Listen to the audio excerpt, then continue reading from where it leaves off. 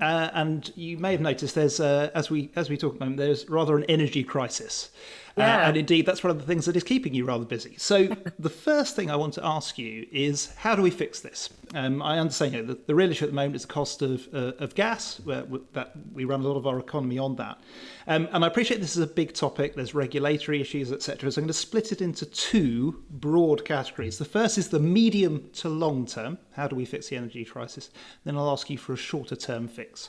Okay, well, that actually makes life easier because in the long term, the fix for this is to, I don't want to say keep doing what we're doing because actually it's become obvious we need some significant reform, but the overall trajectory for the energy transition is the right one for the UK in that if we're going to be facing price rises and security supply risks and customers, heavy industry and domestic, rationing their supply because prices are too high on the international market, the long-term solution to that is to get off the international market for gas. And in that sense, what the government's doing, which is pursuing an energy mix which includes domestic low carbon generation is the right one. So, in the 2030s, if we've got a mix that's nuclear, renewables, maybe some abated gas, specs, all stuff that's onshore with their interconnection, that is a much more resilient system in the context of volatile international gas prices than the one we currently have, where we're importing, 50% of our electricity mix is gas, and where we've got a lot of gas in our homes too. So long term, get off gas. And you want to ask me about the short term too, but I am, and you mentioned a lot of reform is required as well, and I appreciate that could take probably the next 4 hours. But very quickly, yeah. What sort of reforms would you like to see?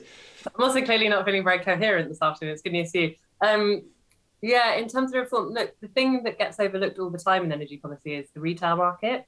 And that's become very obvious in this moment because even in my job interview, the chairman of Energy UK said to me, look, the really fragile, critical, difficult bit of the job is going to be convincing regulators and government that retail is a valuable part of the picture, and also that the regulatory framework is prohibiting anyone making any money. So the sector is incredibly fragile. And that's bad news for innovation and net zero because, point others want to supply energy services to customers, and the future of the energy market isn't just low carbon big kit, it's also new services, new technologies on the demand side, and the suppliers are right in the middle of that transition.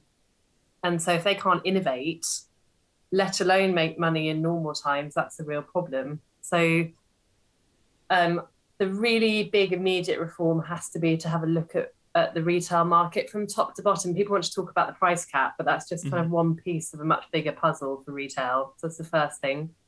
And it's got to be done fairly immediately, I think. And then the other thing, short to mid-term, is there's lots of conversations going on about the actual mechanisms for transition and affordability, and the government set lots of strategies for transition, but we haven't had the policy. And I'm slightly worried that the current media narrative will cause them to blink on things like the heat and building strategy, or, cause them to prioritise resources away from, say, an energy bill next year. So just kind of actually getting on with the job in the next year or so and getting policies into implementation phase. And lastly, this is quite an emerging debate, but aside from retail, which is obviously struggling, there is now a conversation about what we do about high energy prices for if this doesn't settle down or if we think it will happen again. That's a very complex discussion we don't have much time for, but suffice to say, that a lot of the focus always goes on to steel and the energy intensive users. But if you're a generator who's having to buy prices on the market, it's difficult for your business too, with resulting security of supply challenges. So I think we need to have another look at our resilience. Yeah, I talked to a couple of analysts, and one has said that one of the major issues here is that there's been a reduction of supply in Europe, but also we've all tried to move away from coal and move towards gas as a kind of intermediate. Well, China's doing the same, and that feels rather that's not really a short-term issue, shall we say? No. So there are some potential concerns there, but I don't want to get too bogged down. No, look, you're right. It's gonna. I mean, we've been saying for a long time fossil fuels are volatile, and as you constrain demand for them or switch to other technologies, that volatility increases. I think it's a perfectly rational argument to say this is not a one-off. The severity and duration of it may well be because we've got this combination of international factors. But as you say, China's doing what China's doing, Russia's doing what Russia's doing. That we've got carbon prices all around the world now. We've got an energy transition which is gathering pace in every market in the world. There are going to be changes to our fundamental market values. So I think very long term, segue off, we've got to try and wrap our brains around a energy market which, particularly in the UK where we'll have a lot of cheap electrons, is not necessarily dominated by a fuel price. And I'm not sure how we do that, but we've got to get there too.